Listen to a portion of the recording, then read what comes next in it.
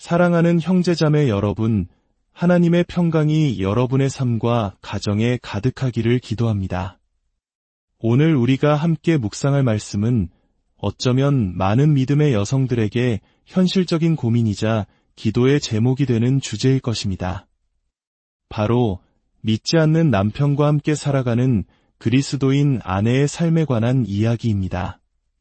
어떻게 하면 그 깊은 영적 외로움 속에서도 믿음을 지키고 나아가 사랑하는 남편을 주님께로 인도할 수 있을까요? 본격적인 말씀에 들어가기 앞서 만약 오늘 이 메시지를 통해 하나님의 은혜를 경험하신다면 이 말씀을 주변에 나누어 주십시오.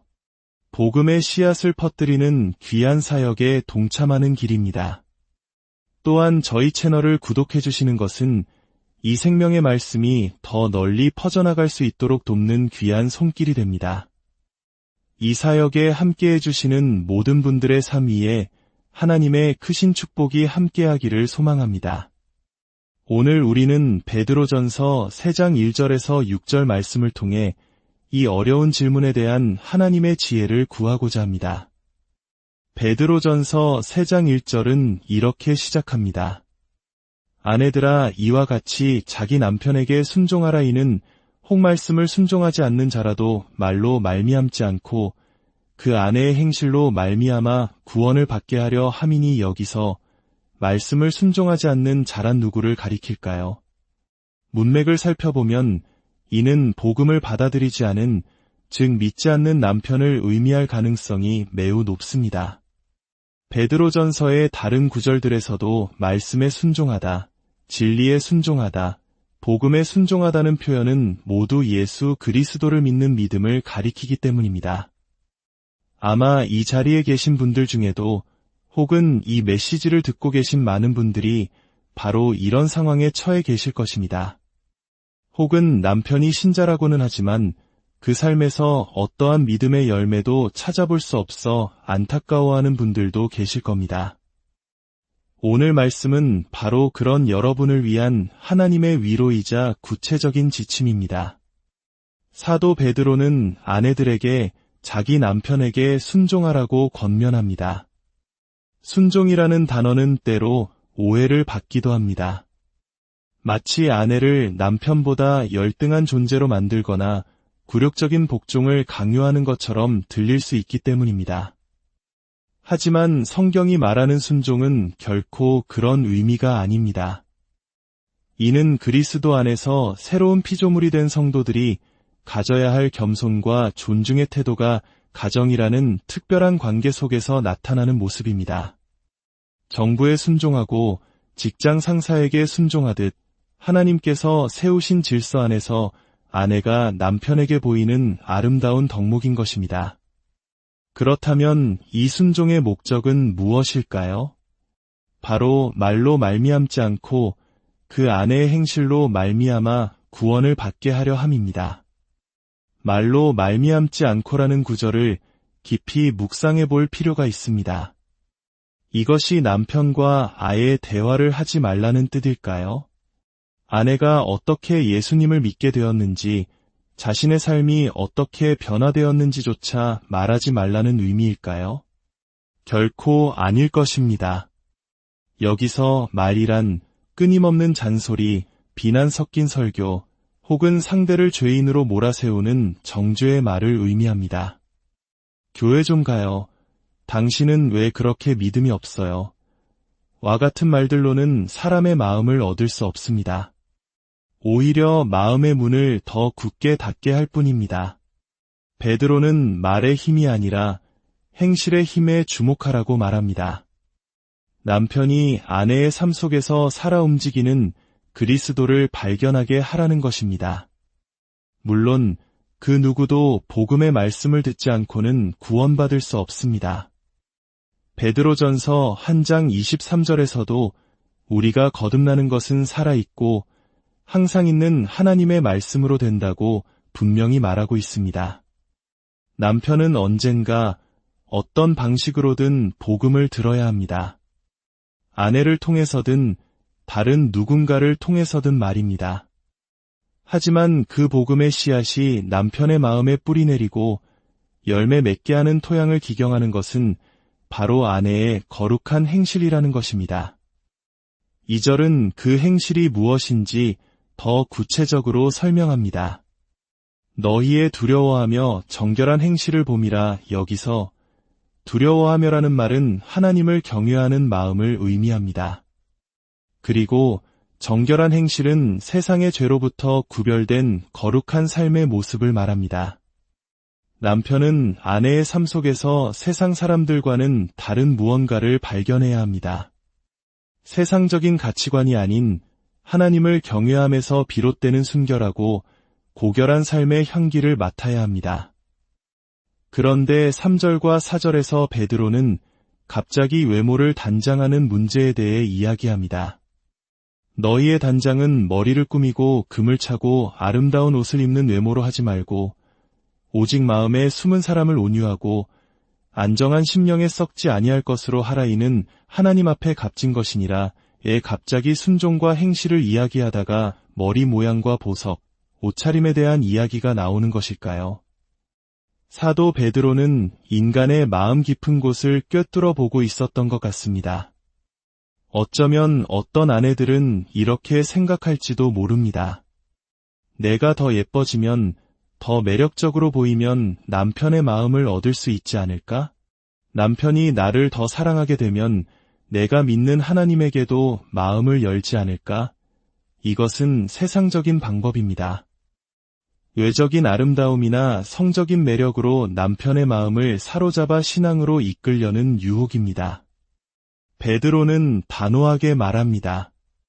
그런 전략은 죄인을 구원할 수 없다고 말입니다. 물론 남편은 아름답게 꾸민 아내의 모습을 좋아할 수 있습니다. 하지만 그것이 남편의 영혼을 구원하는 길은 결코 아닙니다. 그렇다고 해서 그리스도인 아내가 자신의 외모를 전혀 가꾸지 말고 초라하게 하고 다니라는 의미 또한 아닙니다. 남편을 기쁘게 하려는 마음은 아름다운 것입니다. 중요한 것은 우선순위입니다. 우리의 정체성과 가치를 어디에 두느냐의 문제입니다. 세상의 기준, 잡지나 TV 광고에 나오는 모델들의 모습이 우리의 기준이 되어서는 안 됩니다. 우리의 기준은 오직 예수 그리스도이십니다. 진정한 아름다움은 어디에서 오는 것일까요? 4절은 오직 마음에 숨은 사람에게서 온다고 말합니다. 이것은 우리의 외적인 모습 뒤에 감추어진 우리의 진정한 자아, 즉 우리의 영혼을 의미합니다. 당신은 그저 남들에게 보여주기 위해 치장되는 몸이 아니라 고귀한 인격체입니다. 그 내면의 아름다움은 온유하고 안정한 심령에서 비롯됩니다. 온유하고 안정하다는 것은 소극적이거나 나약하다는 뜻이 아닙니다. 오히려 평온함, 고요함으로 번역될 수 있습니다. 마치 거친 폭풍우 속에서도 흔들림 없는 깊은 호수와 같은 평온함입니다. 세상의 어떤 문제와 위협 앞에서도 두려워하지 않는 하나님 안에서 누리는 절대적인 평안과 안정감을 의미합니다. 그리고 이 내면의 아름다움은 썩지 아니할 것입니다. 세상의 모든 아름다움은 시간이 지나면 시들고 사라집니다. 하지만 하나님께서 주시는 내면의 아름다움은 영원합니다. 그리고 베드로는 바로 이것이 하나님 앞에 값진 것이라고 선포합니다. 세상이 무엇을 가치 있게 여기든 하나님께서 보시기에 가장 귀하고 아름다운 것은 바로 온유하고 안정한 심령을 가진 성도의 모습입니다. 이러한 내면의 힘과 아름다움은 어디에서 오는 것일까요? 5절이 그 답을 제시합니다. 전에 하나님께 소망을 두었던 거룩한 부녀들도 이와 같이 자기 남편에게 순종함으로 자기를 단장하였나니 핵심은 바로 하나님께 소망을 두는 것입니다. 사랑하는 자매 여러분, 여러분의 소망은 어디에 있습니까? 남편의 인정에 있습니까? 남편이 회심하는 것에 여러분의 모든 행복을 걸고 있습니까? 아니면 주위 사람들이 나를 어떻게 볼까 하는 시선에 매여 있습니까? 성경은 우리의 소망을 오직 하나님께 두라고 말씀하십니다. 나의 정체성, 나의 만족, 나의 기쁨, 나의 미래에 대한 모든 소망을 하나님 안에서 찾으라는 것입니다. 남편이 나를 인정해주지 않아도, 세상이 나를 알아주지 않아도 오직 하나님 한 분만으로 만족하는 삶, 그것이 바로 하나님께 소망을 둔 삶입니다. 바로 그 자유함 속에서 우리는 진정으로 남편에게 순종할 수 있습니다. 남편에게 무언가를 얻어내기 위한 수단으로서의 순종이 아니라 이미 하나님 안에서 모든 것을 얻었기에 흘러넘치는 사랑으로 섬기는 순종이 가능해지는 것입니다. 베드로는 그 위대한 예로 사라를 언급합니다. 6절입니다. 사라가 아브라함을 주라칭하여 순종한 것 같이 너희는 선을 행하고 아무 두려운 일에도 놀라지 아니하면 그의 딸이 된 것이니라. 흥미로운 점은 베드로가 사라의 순종의 예로 아브라함의 어리석은 생각에 동참하여 이집트 왕과 아비멜렉 앞에서 자신을 누이라고 속였던 극적인 사건을 들지 않았다는 것입니다. 대신 그는 창세기 18장에서 사라가 장막 뒤에서 혼자 웃으며 했던 말을 인용합니다. 내 주인이 늙었으니 내게 어찌 즐거움이 있으리요. 이것은 남들 앞에서 보란 듯이 한 말이 아니었습니다. 누구에게도 들리지 않는 그녀의 마음속 독백이었습니다. 베드로는 바로 이 지점을 포착했습니다. 사라에게는 아브라함을 나의 주라고 부르며 존중하는 태도가 일상의 삶 속에 그녀의 무의식 속에 깊이 배어 있었던 것입니다. 그것은 억지로 만들어낸 존경이 아니라 하나님을 경외하는 마음에서 자연스럽게 우러나온 태도였습니다. 그리고 마지막으로 베드로는 이 모든 것을 행하는 아내들에게 가장 중요한 권면을 덧붙입니다. 아무 두려운 일에도 놀라지 아니하면 그렇습니다. 성경이 말하는 순종하는 아내는 결코 약한 여인이 아닙니다. 오히려 세상이 감당할 수 없는 담대함을 가진 두려움 없는 여인입니다. 특히 믿지 않는 남편과 함께 사는 것은 때로 두려운 일일 수 있습니다. 남편의 비난, 핍박, 외로움 등 수많은 어려움이 닥쳐올 수 있습니다. 하지만 하나님께 소망을 둔 여인은 두려워하지 않습니다. 왜냐하면 자신의 인생의 주관자가 남편이 아니라 전능하신 하나님이심을 알기 때문입니다.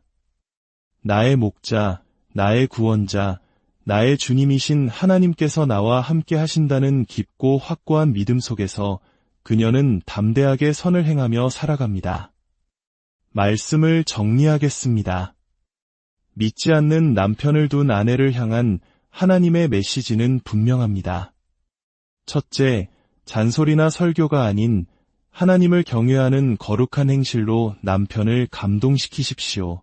둘째, 세상적인 기준으로 자신을 꾸미려 하지 말고 오직 하나님만이 주실 수 있는 온유하고 안정한 심령, 그 썩지 않을 아름다움으로 자신을 단장하십시오. 셋째, 여러분의 소망을 남편이나 환경에 두지 말고 오직 살아계신 하나님께 두십시오. 넷째, 그 하나님 안에서 모든 두려움을 이기고 담대하게 선을 행하십시오. 오늘 이 말씀을 듣는 모든 믿음의 아내들이 이 숨겨진 보석과도 같은 내면의 아름다움을 발견하게 되기를 축복합니다. 온유한 심령을 가졌으나 세상 무엇도 두렵지 않은 강인한 믿음의 여인들로 서시기를 바랍니다. 여러분의 삶이 말이 아닌 삶으로 복음을 증거하는 아름다운 편지가 되어 사랑하는 가족들을 그리스도께로 인도하는 놀라운 구원의 통로가 되기를 우리 주 예수 그리스도의 이름으로 간절히 기도합니다.